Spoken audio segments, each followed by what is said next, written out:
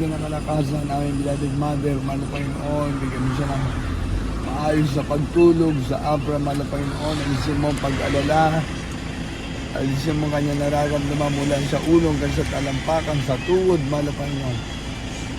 Galing mo, mahal na Panginoon, lahat ng kanyang mga sakit, mahal na Panginoon, pahabain mo ang buhay, maabot ang kanyang kaarawan sa darating na Oktubre, mahal na Panginoon.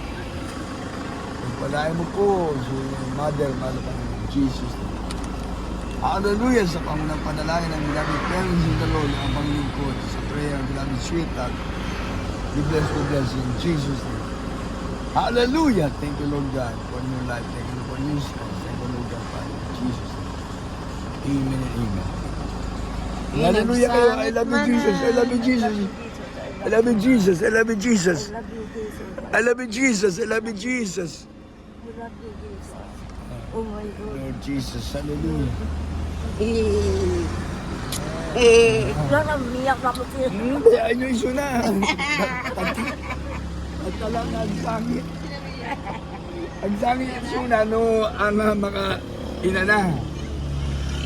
Diyan, inya ibagbagayo, at dati siren ni J. Pastor na lang. Siren. Buwa ako, magbagulan sa ulo. Kakaas lang. Oo, ano na rin. Sangit. Ako lang, hindi ako kumakain. Ang papasting gamin. Ang paspasting. Ang agpasting. Kumakapoy. Agpasting. Na, bumaba. Kaya po di si Pigsa. Naiyak na din ako guys. Nelson! Guys, naiyak na din kami. Okay ba? Kumakain ba? Ay, kumain ka na. Lola, Kuya Tuti mo isang Mailiw ka nung kanina, awilam ka nun. Mailiw. Mailiw. Ay, kakabagdan mo tila. Ni Jolly, ang kayo mailiw ka ni Jolly. Aman.